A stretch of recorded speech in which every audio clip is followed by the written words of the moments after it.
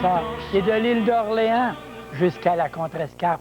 Pourquoi Yves Dutheil a-t-il dit « et de l'île d'Orléans » ?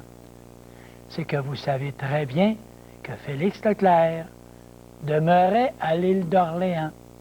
Et quand Yves Dutheil a offert cette chanson à Félix Leclerc, c'était un hommage qu'il voulait lui rendre. De l'île d'Orléans jusqu'à la Contrescarpe, et ceux qui ont visité la France et qui ont visité les cafés, les restaurants, connaissent les endroits où les chanteurs s'y rendaient. De l'île d'Orléans jusqu'à la Contrescarpe, en écoutant chanter les gens de son pays. On dirait, remarquez les paroles, on dirait que le vent s'est pris dans une harpe. Un peu comme quelqu'un qui s'en va dans le tourbillon du vent et que son manteau flotte au vent. Et si par hasard il passe près de quelque chose, le manteau peut s'accrocher à cet objet. Le vent s'est pris dans une harpe. Vous savez, la harpe avec ses grandes cordes, le vent passant à travers les cordes de la harpe a composé toute une symphonie par les bruits, par les pincements de la corde. Ils ont produit une symphonie. Et c'est la langue française, la belle langue française que nous parlons et que nous devons respecter et que nous devons utiliser parfaitement bien. Continuons maintenant à améliorer notre langue française et nous allons continuer peut-être en remarquant une chose. C'est sûr que la langue française n'est pas toujours facile, mais si on l'explique, comme je le dis si bien dans la grammaire expliquée, si on l'explique, la langue française, il y a moyen de la bien comprendre. La bien comprendre pour savoir comment l'utiliser. Mais il arrive parfois qu'on rencontre des mots qui ne sont pas faciles quand même à démystifier. Et allons à mon tableau, mon petit tableau, et je vais tout simplement vous signaler ce que signifie ce petit problème qu'on rencontre à l'occasion. Regardez du côté de la langue française, ce n'est pas toujours facile. Je comprends que des Anglais, d'autres gens qui sont peut-être des allophones ou encore de quelque nationalité qu'ils soient et qu'ils ont à apprendre la langue française, vous allez leur écrire le mot F-I-E-R comme ça. Vous allez lui dire, prononce donc ce mot-là. Le type va peut-être remarquer, va peut-être dire fier, dans le sens de je suis fier. Ça peut être aussi fier aussi. C'est peut-être le verbe fier. Il faut s'y fier. Et si je dis ici, il est si fier. Regardez la prononciation des deux mots. Le même mot, le mot écrit de la même façon. Est-ce que quand je vous dis, moi, maintenant, que le mot que nous écrivons, il nous faut le comprendre, ce mot-là. Si je parle de « il est si fier », c'est peut-être dans le sens « il est orgueilleux », quoi. Si c'est dans ce sens-là, le mot « fier » va s'écrire F-I-E-R et va se prononcer avec le son R, A-I-R. Tandis qu'ici, il va se prononcer « il faut s'y fier », F-I-E-R, la même chose, mais on va prononcer « se fier ». Pour quelqu'un qui ne connaît pas les mots de notre langue française, ce n'est pas facile, mais ce sont des cas quand même peut-être un peu particuliers. Dans le grand ensemble, on peut réussir à comprendre davantage. Mais si vous regardez le mot ici, si, regardez le si ici veut dire tellement. Il faut s'y fier, il faut se fier à cela, à cette situation-là. Il faut s'y fier, se fier à Y, mais pour quelque chose d'autre. Alors, le Y, S apostrophe Y, se fier à. C'est se fier à quelque chose, etc. Alors, se fier. Le verbe se fier, tandis qu'ici, il est si fier, et c'est un adjectif qui donne une qualité à qui? À il. Et si le il, au lieu de il, c'était le féminin, elle est si fière, j'écrirais F-I-E accent grave, R-E. Et j'écrirais mon accent grave pour ajouter un E au féminin. Mais si je ne mets pas d'accent grave, je vais avoir fieureux. Alors, pour écrire le son R, alors je mets l'accent grave. Alors j'ai elle est si fière ou il est si fier, il faut s'y fier, F-I-E-R. Alors, c'était tout simplement pour reconnaître que les mots que nous apprenons, si nous n'essayons pas de maîtriser la connaissance de ces mots-là, on va se retrouver avec un problème, tout simplement. On va se retrouver avec un problème. On va écrire des mots en entendant le mot prononcé, on va regarder le son de ce mot-là, mais on n'arrivera pas à maîtriser davantage la langue. Il faut d'abord connaître les mots pour ensuite les reconnaître. Et c'est toujours ce que j'ai dit depuis le début. Nous avions parlé dans l'émission précédente, dans notre leçon précédente, notre 5e leçon d'avant.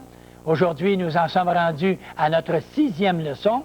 Alors, nous avions parlé des mots composés, des noms composés. Nous avions parlé des adjectifs qualificatifs qui s'accordaient à l'occasion avec le nom, avec les noms, avec un nom en particulier. Tout dépendait du sens. Quand on avait dit, par exemple, des chaussures de veau ciré. Et c'est que, qui est-ce qui sont cirées? Ce sont les chaussures. Et j'écrivais ciré, accent aigu, ES. Et non pas de veau qui était ciré. Alors, c'est un petit peu l'explication qu'on avait donnée. Aujourd'hui, nous commençons notre explication sur l'adjectif composé. Nous avons vu, il y a quelque temps, le nom composé. Le nom qui est composé soit d'un nom et d'un adjectif, soit par exemple d'un nom avec une préposition, une préposition qui réunit deux mots, deux noms, ou encore un verbe avec un adverbe, ou encore un verbe avec un nom. Ça dépend.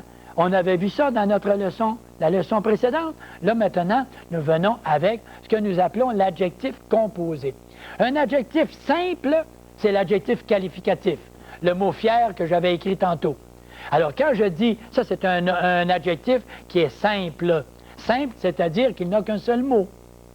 Et je commence tout de suite à introduire les mots simples et composés. Parce que quand on va rencontrer les verbes, oh là, par exemple, il y en a qui vont s'arracher les cheveux.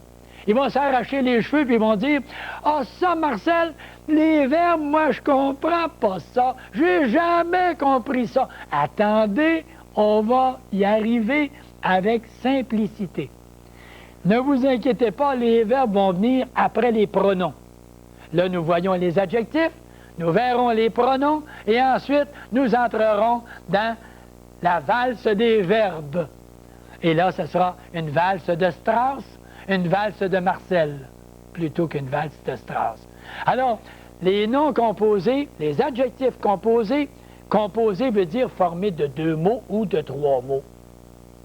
Alors, quand je parle, par exemple, ici, dans la grammaire expliquée, et que je m'en viens vous montrer l'adjectif composé, qu'est-ce que je dis à propos de l'adjectif composé? Je dis que lorsqu'un adjectif est formé de 2 qualificatifs, adjectif composé, c'est ça que ça veut dire. Il est formé de 2 adjectifs qualificatifs. Alors, les 2 mots s'accordent avec le nom. Et comme exemple, j'ai donné quoi? Regardez, vous lisez très, très bien à votre écran. Des pommes aigres douces. Aigre, un adjectif qui donne une qualité à la pomme. La pomme est aigre. Adjectif s'accorde avec le nom pomme, féminin pluriel, aigre, féminin pluriel. Et douce, qui ça douce? La pomme. Elle n'est pas complètement aigre, elle est aigre-douce. Il y a quelque chose d'intéressant quand même. Des enfants sourds-muets. Sourds-muets, sourd, adjectif, muet, adjectif, s'accordent tous les deux avec le nom.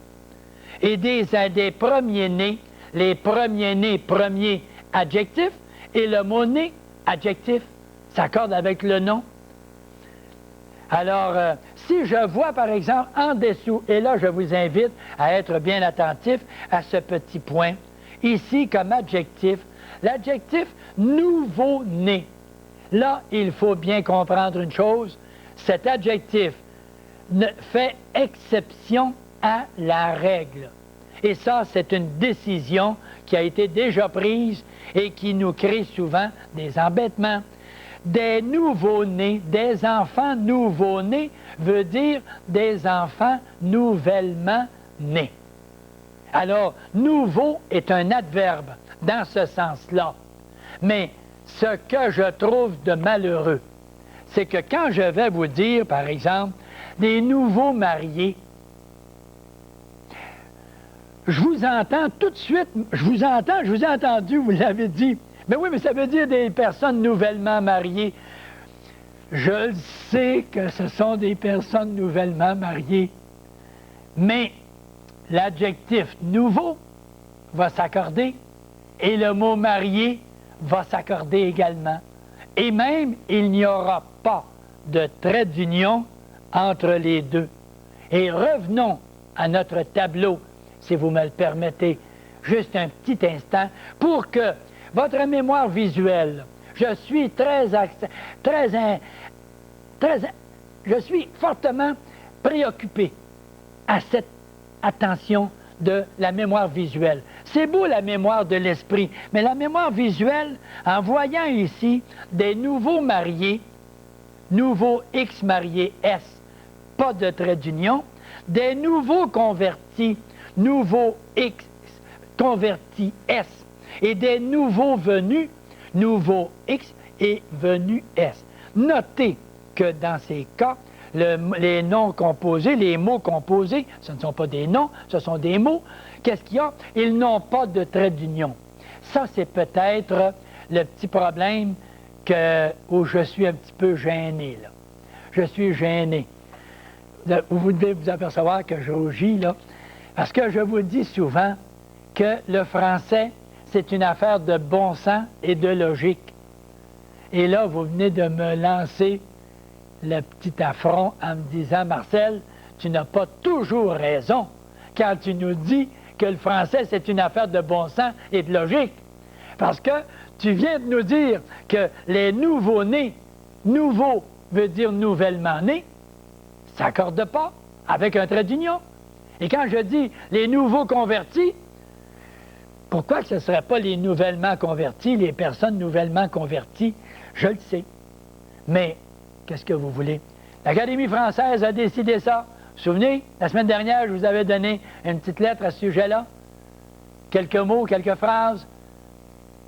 Je vais vous en donner juste une dernière pour vous dire que ce n'est pas moi qui suis le responsable. L'Académie française en prend ses décisions. Et il y en a qui n'ont pas toujours été en faveur de l'Académie française.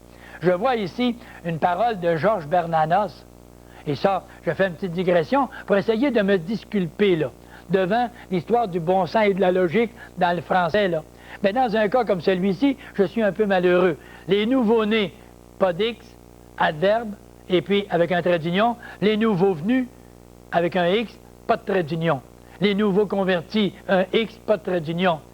Je vais vous dire ce que Georges Bernanos avait dit de l'Académie française. Il avait dit, « Quand je n'aurai plus qu'une paire de fesses pour penser, j'irai l'asseoir à l'Académie. » Georges Bernanos était peut-être quelqu'un qui est un petit peu aigri d'une situation. « Quand je n'aurai plus qu'une paire de fesses pour penser, j'irai l'asseoir à l'Académie. » Ce n'était pas un hommage à l'Académie française. Probablement qu'on n'en a pas parlé depuis quelques années, mais c'est une phrase qui est restée célèbre. Et quand je l'avais lue, quand j'ai lu cette phrase-là il y a quelques années, je me suis dit, tiens, j'ai écrit ça. Parce qu'un jour, je dirai à tous nos concitoyens du Québec ce que pensait Georges Bernanos au sujet de l'Académie française. Écoutez, c'est une opinion. Il faut dire que l'Académie française, quand même, fait du bon boulot dans l'ensemble. Alors, nous arrivons maintenant avec ces adjectifs composés. D'une façon générale, les adjectifs s'accordent. C'est automatique. Les adjectifs s'accordent. Maintenant, quand les adjectifs composés vont désigner la couleur, quand ils vont désigner la couleur, on va se retrouver avec des situations aussi différentes que celle-ci. On va dire, ils ont les joues roses. Quand on dit « ils ont les joues roses », ils ont les cheveux châtains clairs. Alors, à ce moment-là, les cheveux châtains clairs, deux mots, deux adjectifs. Et deux adjectifs qui veulent dire des cheveux d'un châtain qui est clair. D'un châtain qui est clair. C'est le châtain, le brun, là, qui est clair et non pas foncé. C'est pas un châtain foncé, là. C'est un châtain clair. Un châtain qui est clair. Des yeux bleus foncés, c'est le bleu qui est foncé. Si on dit que ce sont les yeux qui sont bleus, on va dire « il a des yeux bleus ». C'est ça. Il a des yeux bleus. Mais s'il a des yeux bleu foncé, ça veut dire qu'il a des yeux d'un bleu qui est foncé. Alors, d'un bleu, B-L-E-U, foncé, qui est foncé. Qu'est-ce qui est foncé? C'est le bleu. Et le bleu foncé, c'est la couleur des yeux. Alors, de cette façon, c'est facile à comprendre. Facile à comprendre. Alors, quand on a maintenant des adjectifs, prenons comme acquis qu'autrefois, on disait que quand les adjectifs qui désignent la couleur sont les adjectifs de couleur rouge, cramoisi, écarlate, mauve, pourpre, rose, à ce moment-là, ces adjectifs-là s'accordaient comme des adjectifs ordinaires qui désignent la couleur. On a les autres adjectifs, le bleu, le blanc, le rouge, le vert, l'orangé, le violet, des adjectifs qui désignent la couleur, mais qui s'accordent comme des adjectifs ordinaires. Alors, vous avez dans votre cahier d'exercices également des exercices comme celui-ci. Tiens, je m'en vais dire ici, rares sont ceux qui ont les yeux bruns. Et on vous demande d'accorder le mot brun. Le mot brun est un adjectif qui s'accorde avec le mot les yeux, masculin pluriel, brun, masculin pluriel. Si on dit les lueurs sont bleu foncé et bleu turquoise. Bleu foncé, deux adjectifs qui désignent la couleur. D'un bleu, ça ne s'accorde pas, qui est foncé, ça ne s'accorde pas. Et bleu turquoise, d'un bleu, ça ne s'accorde pas, de la couleur de la turquoise. Turquoise ne s'accorde pas. Si on dit, Gabriel a les lèvres rose-lilas, d'un rose couleur du lilas. D'un rose couleur du lilas. Si on avait dit, Gabriel a les lèvres roses, l'adjectif rose s'accorde. À ce moment-là, ça devient facile.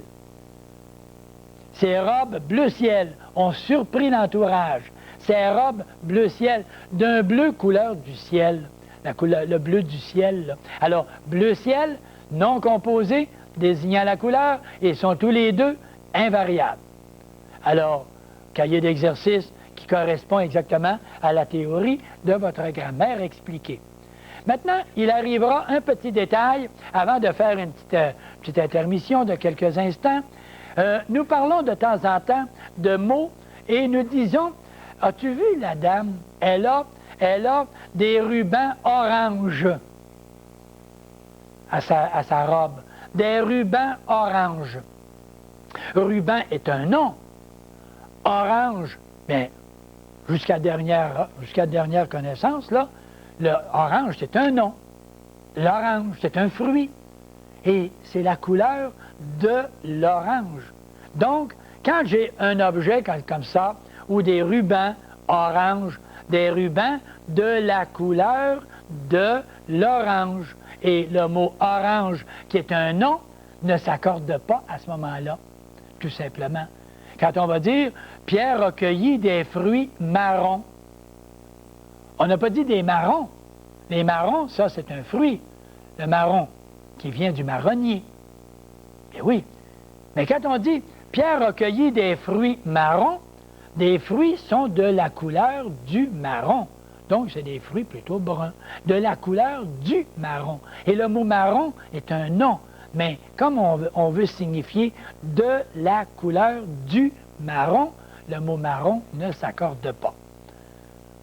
Et ainsi de suite, comme ça. Et on distinguait des reflets cerises. Des reflets qui avaient la couleur de la cerise. Tout simplement comme ça. Catherine m'a apporté des tulipes lit de vin. Lit de vin. Lit de vin. L-I-E, trait d'union de, trait d'union vin.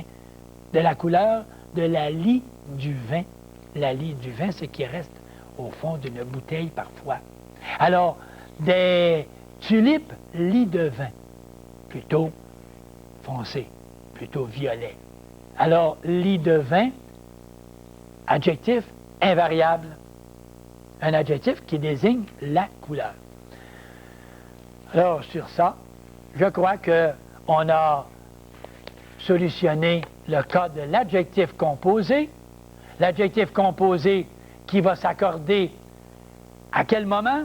Qui va s'accorder, on va aller peut-être au tableau. Je pense qu'au tableau, souvent, on a des petites explications qui nous permettent de mieux saisir. Revenons à notre tableau et n'oublions pas en passant que j'ai toujours mon clou et mon marteau, et quand on donne un coup sur le clou entre, c'est en frappant dessus qu'on le fait entrer. Et en le frappant, on va entrer, et avec le temps, on va maîtriser notre langue française, pas à coup de marteau, mais bien à force de revenir et de revenir régulièrement, nous allons maîtriser les notions fondamentales de la langue française. C'est original, hein? C'est original. Le clou, c'est à frapper dessus. Si je frappe à côté, ça n'entre pas. Il faut frapper sur le clou pour que le clou pénètre graduellement. Et vous allez peut-être me dire, oui, mais Marcel, je pense que tu nous arrives dans cette situation-là avec de l'originalité. Ben moi, je n'aime pas, moi, un type assis à son bureau et puis qui va nous lire un texte pour comprendre la matière. J'aime beaucoup mieux expliquer, prendre des figures, des moyens simples, originaux, pour qu'on comprenne. Et je pense que les gens, vous êtes tous certainement d'accord avec moi dans ce sens-là. Les notions fondamentales, on les comprend, on les apprend et on les applique. Alors, quand je dis, par exemple, on avait dit tantôt des pommes aigres douces, alors, c'est un adjectif, et douce est un adjectif, et on dit des fleurs fraîches écloses, des fleurs fraîches, on écrit fraîche avec un accent circonflexe, éclose, C-L-O-S-E-S. Et vous allez remarquer, je ne mets pas de trait d'union. Fraîche éclose n'aura pas de trait d'union. Vous allez dire, c'est un petit caprice. Qui n'en a pas des caprices, hein? Est-ce qu'on doit blâmer la langue française à cause de ça, là?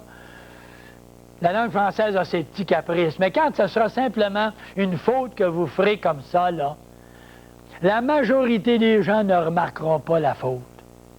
La majorité. Alors, c'est un détail, mais il reste une chose, il est bon de le savoir. Et c'est pour ça que je le glisse en passant. Des fleurs fraîches écloses, fraîche, et qui vient du mot frais, F-R-A-I-S, qui n'avait pas de... comme ça, F-R-A-I-S, et le mot frais fait au féminin fraîche, et fraîche, c'est pas fraîche. Si c'était F-R-A-I, c'est fraîche, tandis que c'est fraîche. Alors, aïche, avec l'accent circonflexe. Et c'est pour ça que, dans un certain sens, je n'étais pas d'accord avec l'Académie, moi aussi. Bernanos n'était peut-être pas toujours d'accord avec l'Académie française, comme je le disais tantôt. Mais par contre, moi, je ne suis pas toujours d'accord d'éliminer ça. Si on enlève, si on change le son du mot, à ce moment-là, on change le mot, on change la signification. Ça devient difficile à comprendre. Si nous, Français, nous avons de la difficulté à comprendre, allons donc demander à tous ceux des autres nationalités de nous comprendre. Essayons de simplifier la langue française quand même. Le accent circonflexe, il est naturel qu'il soit là. Alors, fraîche avec un S et close A, et ça, c'est le féminin. Alors, l'adjectif composé, tout simplement, s'accorde comme un adjectif ordinaire en genre et en nombre. Alors, et les adjectifs qui désignent la couleur, n'oubliez pas, elle avait une robe bleu ciel. Bleu ciel, C-I-E-L, d'un bleu couleur du ciel. Adjectif composé qui désigne la couleur. Et quand on dit « il a acheté un chandail paille », ou des chandails paille, des chandails, le déterminant devant le nom, qui dit que les chandails est au pluriel, paille. Alors, ce ne sont pas des chandails paille avec des pailles, là. Pas du tout. C'est des chandails couleur de la paille. Et c'est pour cela que j'enlève immédiatement ceci pour que vous compreniez que c'est le mot paille, P-A-I-2-L-E. De la paille. Couleur de la paille. Voilà. Alors, ça, c'est une première partie que je considère quand même comme très précieuse. Et quand on aura réussi à bien maîtriser toutes ces notions-là, moi, je peux vous dire une chose. Dans quelques leçons, vous allez dire, entrant dans la catégorie des pronoms et des verbes, vous pourrez dire à ce moment-là, c'est vrai que c'est devenu simple, la langue française. C'est devenu facile. Alors, on s'arrête un petit peu sur ça. Et si vous voulez bien, prenons donc un petit moment de répit. Et je vais simplement vous raconter qu'est-ce que c'est qu'il s'est produit un jour vers l'an 1600, vers 1550, 1575 en France. Il y avait ce qu'on appelait le baron de Guy de Jarnac. Guy de Jarnac était un baron, un haut placé, quoi. Il a vaincu en duel le comte de Châtaigneraie. Le comte de la Châtaigneraie, en détournant son attention pour le blesser au jarret.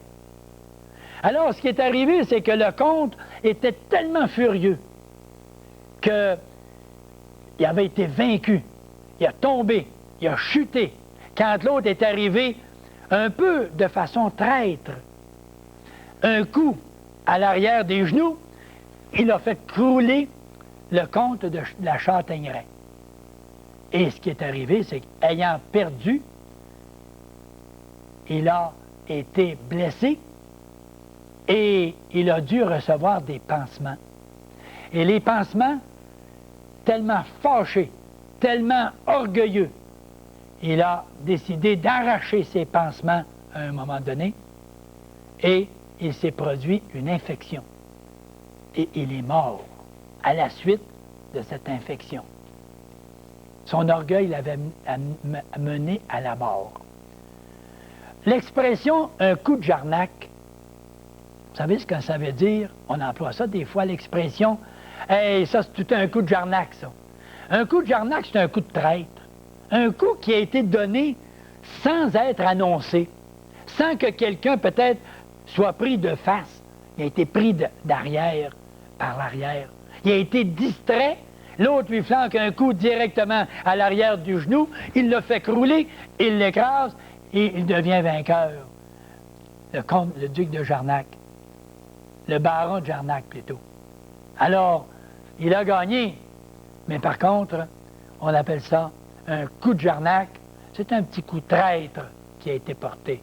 Et quand quelqu'un veut attaquer quelqu'un d'autre, soit en parole ou autrement, on dit « oh là là, tout un coup de Jarnac ». Tout un coup de Jarnac, c'est le baron de Jarnac qui a affronté le duc de la Châtaigneraie. Et il l'a mis au plancher, et l'autre a décidé, au lieu de garder tous ses pansements par orgueil, il les a éliminés. En les éliminant, il s'est produit une infection et il en est mort. Le coup de Jarnac, quand on entend parler de ça maintenant, on sait d'où ça vient. Ça date des années 1550-1575. Ça date de loin. Une expression qu'on entend assez souvent, ici même au Québec. Et c'est ça. Une autre petite expression, comme les expressions qu'on employait déjà, le bonhomme 7 heures, hein?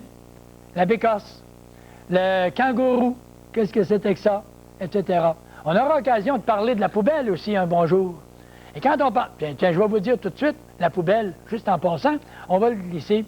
C'est un Français, ce M. Poubelle. Il s'appelait M. Poubelle. Comme moi, je m'appelle M. Poirier. Et c'est un poirier, c'est un arbre qui produit un des meilleurs fruits, soit dit en passant. Là. Et M. Poubelle était conseiller dans une localité de France, et à une réunion du conseil, constatait que les gens mettaient toujours leurs déchets au bord de la rue, sans rien, tout ça comme ça, n'importe comment, les laisser libres. Or, il a fait passer une loi dans son comté, dans sa région, pour que, à l'avenir, les déchets devront être mis dans un sac ou dans un vase. Et du moment qu'on le placera là, on pourra, à ce moment-là, recueillir facilement les déchets. Et le nom, la poubelle, est resté en hommage à M. Poubelle, le Français. Eh oui. Hein? Vous en apprenez une autre, hein? Vous ne me croyez pas? Vous irez voir dans votre dictionnaire et vous allez voir à poubelle, dans le nom propre. Le mot poubelle, M. Poubelle, qui était l'instigateur de la poubelle. Voilà. Et nous nous rendons maintenant à notre cours de français et nous allons maintenant mettre de côté l'adjectif composé qui désigne la couleur et nous allons aboutir au ce que j'entrevois là, la belle petite explication intéressante. La belle petite explication, regardez-moi ça. On parle aujourd'hui, on va parler maintenant de le mot mi, demi, semi et nu. Mi, demi et semi. Là, je vous dis qu'il y a des gens qui font des fautes régulièrement avec le mot demi. Mais c'est pourtant facile. C'est pourtant facile. Quand je dis, moi, les demi-heures, je suis porté à écrire les demi-heures, D-E-M-I, trait d'union, heure, et ne pas l'accorder. Mais j'ai raison. Pourquoi? Mon tableau, mon petit champion, mon tableau de français, j'arrive ici et je dis que le mot demi, quand je dis le mot demi-heure, je ne sais pas s'il est au pluriel ou au singulier. Je vois le mot demi-heure. Pourquoi je ne sais pas si je l'écris au pluriel ou au singulier? Parce que je n'ai pas de déterminant. J'ai rien qui me détermine s'il est singulier ou pluriel. Comme je n'ai pas de déterminant, bien, je ne peux pas dire s'il est au pluriel. Alors, je vais en poser un. Un mot, un nom, a toujours un déterminant, ou 99% des fois, il a son déterminant devant. Alors, la demi-heure, heure est au singulier. Les demi-heures, heure va être au pluriel. Mais demi, lui, placé devant le nom. Demi, qui est placé devant le nom, il se joint par un trait d'union et sera invariable. Je l'écris en dessous pour que vous le reconnaissiez bien. Invariable, invariable ici. Allons-y plus proprement. I-N-V. Bon, invariable, comme ça. Le mot demi, invariable quand il est placé devant le nom. Mais il va faire le calimaçon quand il va être, caméléon plutôt, quand il va aller de l'autre côté. Alors on va dire 1 heure et demie. 1 heure et demie, le mot demi va s'accorder en genre ici, avec le mot heure qui est ici et qui est du féminin. Comme le mot heure est du féminin, le mot demi va être du féminin, il va s'écrire MIA, tout simplement. Mais si je dis 2 heures et demie, qu'est-ce que je vais faire? Je vais mettre un S ici, et ce sera du féminin pluriel. Mais quand j'arriverai ici, ça c'est 2 heures. 1 heure plus 1 heure, ce qui me donne 2 heures. Et, mettons-y le et, une demi. Alors, 2 heures et demie. Demi, MIA. Parce que c'est juste une demi, là. C'est juste la demi de l'heure qui est là.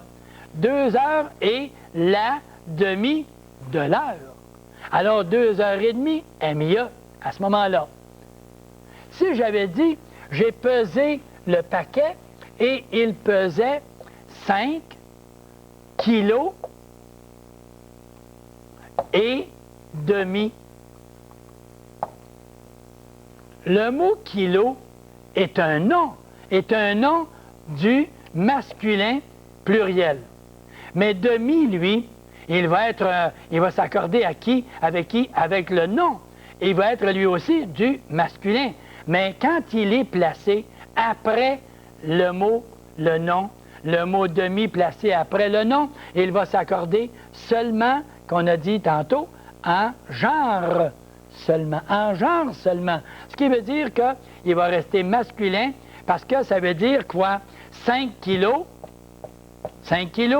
et 1 demi-kilo. 1 demi-kilo. Pourquoi on ne mettra pas d'S? Parce que c'est juste 1 demi-kilo. Et comme le mot kilo est du masculin, le mot demi va rester masculin.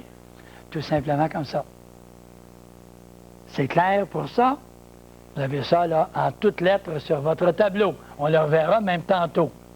Si maintenant, je dis l'horloge, vous souvenez-vous des belles horloges, vous vous en souvenez certainement. Vous savez, les horloges grand-père qu'on retrouve encore aujourd'hui et qu'on apprécie beaucoup à cause de sa belle grandeur, et puis elle couvre toujours un beau coin de la pièce. L'horloge grand-père, on disait dans le temps qu'elle sonnait les heures et les demi. Ça veut dire que, ça voulait dire quoi? Ça veut dire que, ici, là, quand l'horloge arrivait à cet endroit-là à 12, elle sonnait les heures. Et puis, elle sonne également les demi, à 6 ici. Alors, elle sonne les heures. Oh, puis je vais vous dire plus que ça. Elle sonne même également les quarts. Ici, le quart d'heure, là, à 3. Alors, elle sonne les heures, les quarts et les demi. Et là, je vais marquer les demi qui va être un nom. L'adjectif demi, habituellement, va devenir un nom les heures, un nom les quarts, un nom les demi. L'adjectif demi s'est transformé. C'est un travesti. C'est un travesti. D'adjectif qu'il était, il est devenu un nom. Et ça arrive assez souvent. Oui. Regardez, le mot sourire. Est-ce que le mot sourire est un verbe? Ben oui, c'est le verbe sourire. Regardez-moi. Je souris. C'est le verbe sourire. Mais si j'ajoute ici à l'avant le sourire, qu'est-ce que j'obtiens ici? J'obtiens un nom. Alors, le mot sourire, qui est un verbe habituellement, devient un nom. Alors, il change de nature. Vous vous souvenez les 8 principales natures? Déterminant, le nom, l'adjectif qualificatif, et vous entrez graduellement ça, là. À mesure, nous ne les oublions pas. Le verbe devient un nom. ici, l'adjectif demi devient un nom. Les demi, une demi, et les heures, les quarts et les demi. Les demi de l'heure. Alors, les demi, M-I-E-S. Les quarts de l'heure et les heures également. Donc, au pluriel et au pluriel ici. Alors, ça, c'est pour le mot demi qui va s'accorder à l'occasion et qui, dans certains cas, ne s'accordera pas. Alors, on revient peut-être un petit peu ici, parce que dans notre tableau, nous allons faire une constatation. Nous allons faire la constatation, si nous regardons le tableau, est-ce qu'on a la bonne page? Oui. Bon, on a tout juste ici, en bas, le paquet pesait 35 kg et demi. Voyez tout de suite, masculin pour le mot kilo et le mot demi, masculin également. Ils s'accordent en genre seulement en genre. Et quand je regarde, après ça, regardez, ici, demi-heure, ça c'est bien, c'est bien. Ah, on a ici également l'adjectif, ici. Quand il est devant un nom, il est placé devant un nom ou devant un adjectif. Et nous allons reconnaître à ce moment-là, placé devant un adjectif, on va dire par exemple, la personne a eu un accident. Je l'ai ramassée, elle gisait par terre, demi-morte. Demi-morte. Demi, trait d'union, morte. Le mot demi est placé devant un nom, demi-heure, il est placé devant un adjectif, le mot morte, demi-morte, demi-mi, trait d'union, morte. La même chose que demi-mi, trait d'union, heure. De la même façon. Alors, quand on a l'adjectif demi-voilé, il avait la figure demi-voilé. Demi, trait d'union, voilé. Demi-mi, trait d'union, voilé et accent aigu E. C'est juste le mot voilé, l'adjectif, qui va s'accorder avec figure. Bon, maintenant, si on a l'expression, par exemple, à demi, et quand on va avoir l'expression à demi, ah, là, ça devient différent. Allons immédiatement à l'autre explication. Et quand on a à cette expression, en parlant de l'expression à demi, ici même, placée devant un adjectif et ne se joignant pas par un trait d'union, il reste invariable. Il reste invariable. Alors, on a, la dame voyageait toujours la figure à demi voilée. À demi. Quand on a la préposition à devant le mot demi ne s'accorde pas. Alors, à demi, mi, voilé et accent aigu E. Mais si je dis, elle voyageait la figure demi-voilée, demi-mi, trait d'union, voilé et accent aigu E. Ça, c'est une petite particularité que, avec les exercices, vous allez arriver à bien maîtriser votre matière. Vous allez avoir, par exemple, là, ne faites pas vos devoirs à demi, répète le professeur. Mais c'est très important d'ailleurs, hein, tous les étudiants, qui que nous soyons du cégep, de l'université ou du secondaire, ou du primaire ou adulte, alors c'est la même chose. Il nous faut ne jamais faire nos devoirs à demi. Et l'expression à demi est toujours invariable. On a un autre exemple, le mot semi, tiens. On va parler un peu plus tard, là, dans quelques mois, des semi-finales. Des semi-finales au hockey. Ou encore, on parle des semi-finales au baseball. Bon, quand on parle des semis, le mot semi, la même chose que le mot demi. Le mi, demi, semi. La mi-carême, mi, trait d'union, carême. Un mi, trait d'union, carême. Ça ne s'accorde pas. La demi, demi-mesure. Demi, trait d'union, mesure. Les semi-finales, semi, S-E-M-I, trait d'union finale, avec un S, les semi-finales. Alors, mi, demi et semi, placés en avant du nom, ne s'accordent jamais. Alors, ça, ce sont des petits détails très, très importants. Alors, faisons bien la distinction à propos du mot « à demi voilé » et « demi-voilé ». Alors, je retourne à mon tableau et je m'en vais simplement faire la constatation suivante pour qu'on l'ait bien sur le tableau et bien clair. Elle avait la figure à demi voilée. Elle avait, allons-y avec la majuscule puisque nous commençons la phrase, elle avait la figure à demi voilée. Elle avait la figure demi-voilée. Alors, elle avait la figure demi-D-E-M-I, M-I, trait d'union voilée, et elle avait la figure à demi invariable, sans trait d'union. Et le à qui est là, enlève le trait d'union automatiquement. Tandis qu'ici, demi-voilé, demi est placé devant un adjectif, il est invariable. La même chose que tantôt, quand le demi était placé devant un nom, de demi-mesure. Des demi-mesures, demi placé devant un nom, invariable également. Alors, on remarque bien tout ça, et ça, c'est précieux, ça. Parce que, très souvent, on se fait juger. On se fait juger pour des bagatelles comme ça. Des bagatelles. Ce sont des petites règles qu'il faut quand même connaître. Et quand quelqu'un maîtrise bien ces règles-là, on dit c'est un type très intelligent. Et souvent, on va les connaître, nos règles. Mais parce qu'on ne fait pas attention, on peut faire une faute. Et quand on fait la faute, bien, on passe pour ignorant. Alors, quand on passe pour ignorant, alors qu'on est intelligent, c'est pas trop intéressant. Vous voyez tous les « ans » qui se prononcent, là?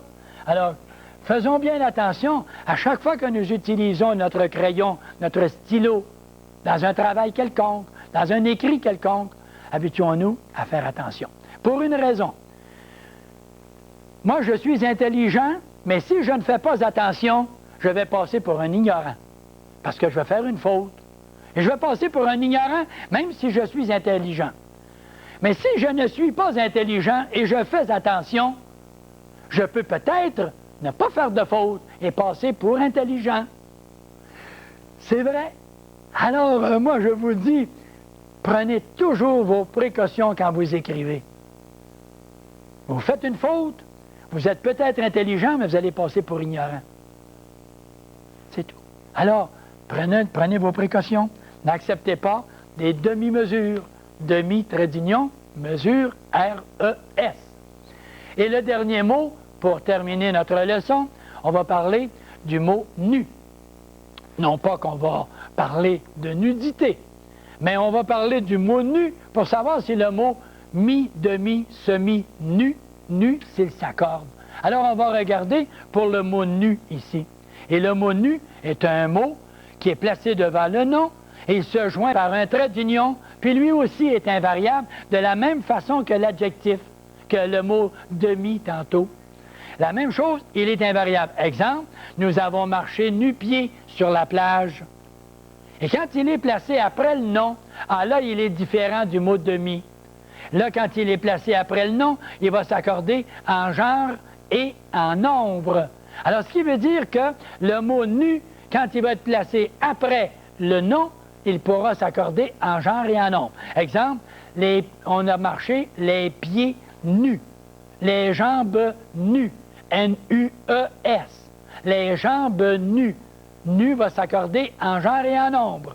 Tandis que l'adjectif demi, quand il était placé après, il s'accordait seulement en genre. Demi, M-I-E, quand il était placé après le nom. 2h30, M-I-E. Tandis qu'ici, le mot nu, jambe nue, N-U-E-S. Nu-jambe, N-U, trait d'union, jambe. Il y a peut-être le petit cas particulier, 2 mots. Je les ai simplement signalés comme cas spéciaux. La nue propriété et les nus propriétaires. Alors, la nue propriété et les nus propriétaires, bien, on les rencontre, eux autres, toujours N-U-E. La nue N-U-E, trait d'union, au lieu d'écrire nu à nu. Et les nus propriétaires, N-U-S, trait d'union propriétaire. Deux exceptions seulement qu'on rencontre dans la règle de nu, qu'on retrouve ici même. Alors, j'ai fait exprès, j'ai voulu, moi, dans la grammaire expliquée, présenter toutes ces notions-là avec des petits exemples qui sont expliqués à travers ça. Et ce que j'ai fait par la suite, j'ai dit, on va donner une petite note. Et on va donner une petite note en parlant de l'adjectif qualificatif qui s'accorde en genre et en nombre avec le nom d'une façon générale pour former ce que nous appelons un groupe nominal. Vous vous souvenez le mot? Pourquoi nominal? Parce que le mot principal est un nom. Alors, le groupe nominal, et ça termine notre exposé de l'adjectif en général. Je retourne à mon tableau 2 minutes pour ensuite revenir et terminer l'émission. Je prends le petit exemple que peut-être plusieurs d'entre vous avez devant vous, dans votre grammaire. Alors, on dit ceci. Toute la belle petite famille est heureuse et fière. Tout simplement ce petit exemple-là, là, toute la belle petite famille est heureuse et fière. Alors, vous regardez toute la belle petite famille. Tout ça, c'est ce qu'on appelle le groupe nominal. Et le groupe nominal qui fonctionne avec le nom le plus important, c'est la famille, ici. La famille qui est du féminin singulier.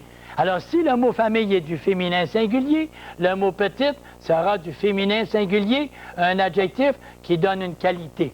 Le mot belle donne sa qualité à la famille, le mot toute donne sa qualité à la famille, et le mot là est un déterminant qui fait quoi? Qui détermine que le mot famille est du singulier, et du féminin singulier. Être heureuse, c'est un adjectif qui donne une qualité à qui? À la famille du féminin singulier. Vous voyez tout de suite que votre analyse devient simple, là? C'est qu'à mesure qu'on avance, toute l'analyse grammaticale, je vous la présente actuellement.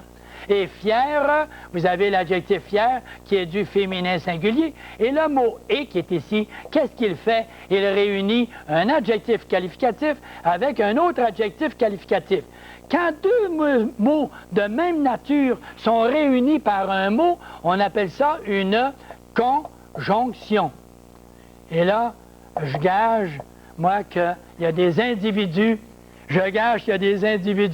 qui arrivent et qui se disent, là, une conjonction, mais qu'est-ce que c'est ça, une conjonction? Ah! Je viens de vous prendre, là! C'est que vous n'étiez pas au courant qu'il y avait eu précédemment 5 émissions. Alors, c'est à vous maintenant d'être attentif, parce que l'émission, le français, la grammaire expliquée, vous revient régulièrement sur votre écran, par votre câble télévision. Alors, c'est à vous maintenant d'être fidèle à votre émission et de revenir, parce qu'à l'occasion, je ferai une petite synthèse. Avant d'entreprendre les verbes, je ferai la synthèse de toutes les 4 premières natures de mots.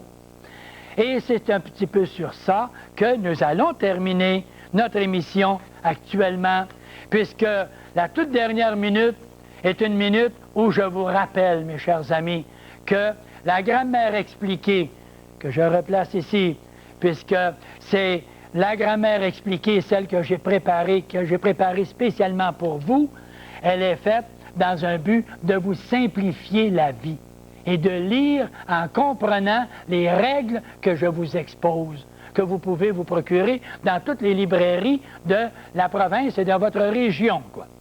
Et en terminant, je veux vous rappeler que tous ceux qui lisent beaucoup, ont avantage à améliorer leur français. Alors, on s'accoutume à bien parler en lisant souvent ceux qui ont bien écrit. On s'accoutume à bien parler en lisant souvent ceux qui ont bien écrit. Et la dernière, je vous laisse avec celle-là, une habitude commence toujours première fois. Bonjour, à la prochaine.